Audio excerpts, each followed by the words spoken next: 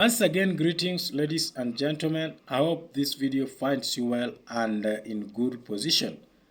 And if this is your first time that you're joining the Fox analysis, we say Karibu Sana. Now, the notion that is out there and the speculation and the gospel that is being preached is that President William Ruto must be a one-term president, no matter what comes. And the argument is that there is no retreat about making Ruto a one-term president. So in this analysis or in this video, I want us to look at the possibility of President Ruto becoming re-elected or winning the 2027 general election. And this is in relation with the possible numbers that are in place.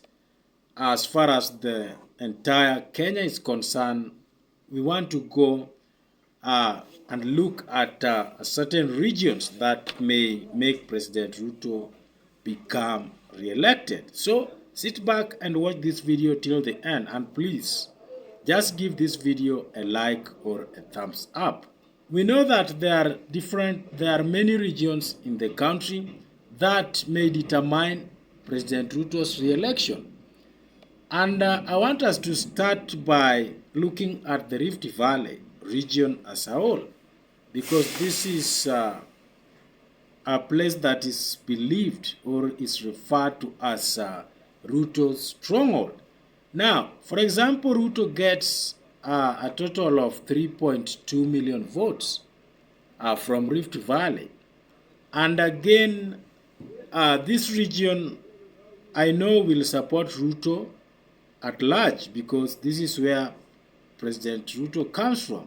So let us just give it a roughly 3.2 million votes to come from the Rift Valley. And then number two, we have the Mount Kenya region. One thing that people have believed is that Mount Kenya region is the region that will make President Ruto become a one-term president.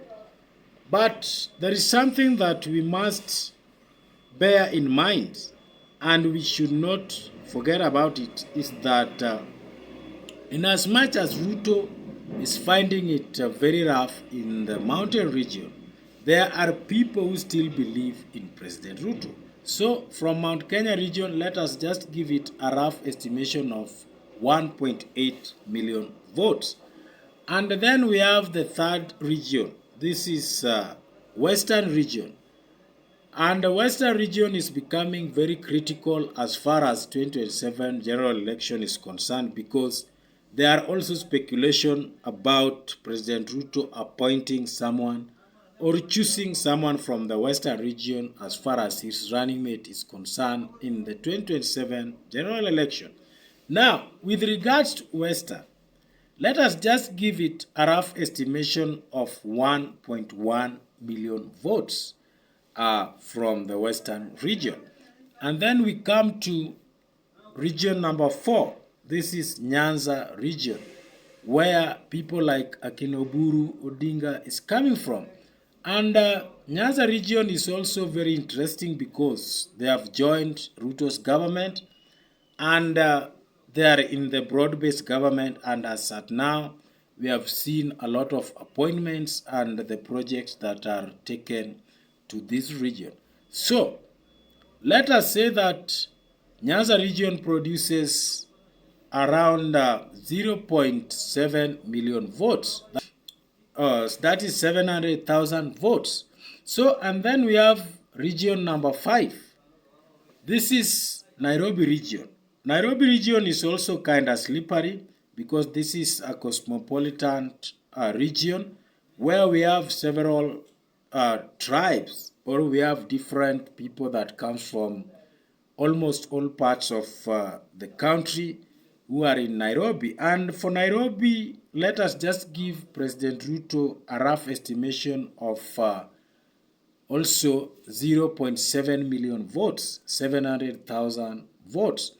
And we have number 6 in place. This is the Eastern region.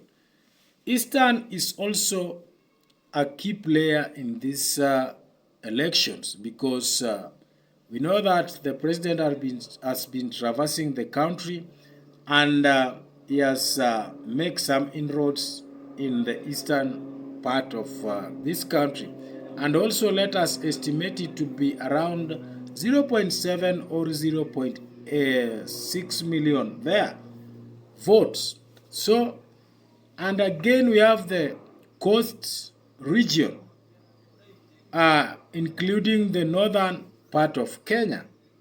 And if there is anything to go by, the coast will also kind of support President Ruto's re-election, because remember, this is a region where the people allied to ODM party come from, the people like Hassan Joho, and also from the north we have Aden Duale. Just a rough estimation of 0.5 million votes or 500,000 votes. Now, in total, with this projection, then it means that President Ruto will have a total of 8.7 million votes in 2027 general election. And if you compare these 8.7 million votes with the last general election, you find that with this kind of estimation, then the president would have shot higher, and this may secure his re-election as far as getting a 50 plus 1 percentage. So, ladies and gentlemen, this is just a rough estimation and calculation of what might happen as we go to 2027 general election. So, a simple question here is that, do you still believe that President Ruto is going to be a one-term president, or things may change? Because as we speak, currently the president is still enjoying some following in the country. And truth be told, Ruto is an incumbent president.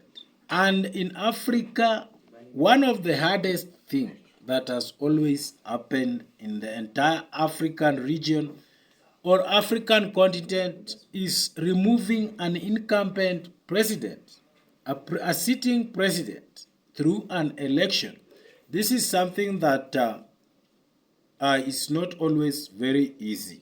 So, with that in mind, you can drop in your view, you can drop in your comment of what you think about this. Can Ruto be re-elected, or the factor remains, as people say out there, that President Ruto must become a one-term president? So at the comment section, say yes or no, and if the re-election of President Ruto is possible. Otherwise, until we meet in the next analysis, see you. Don't forget to like the video, and at the same time, hit the subscription button so that YouTube will let you know whenever I post another video.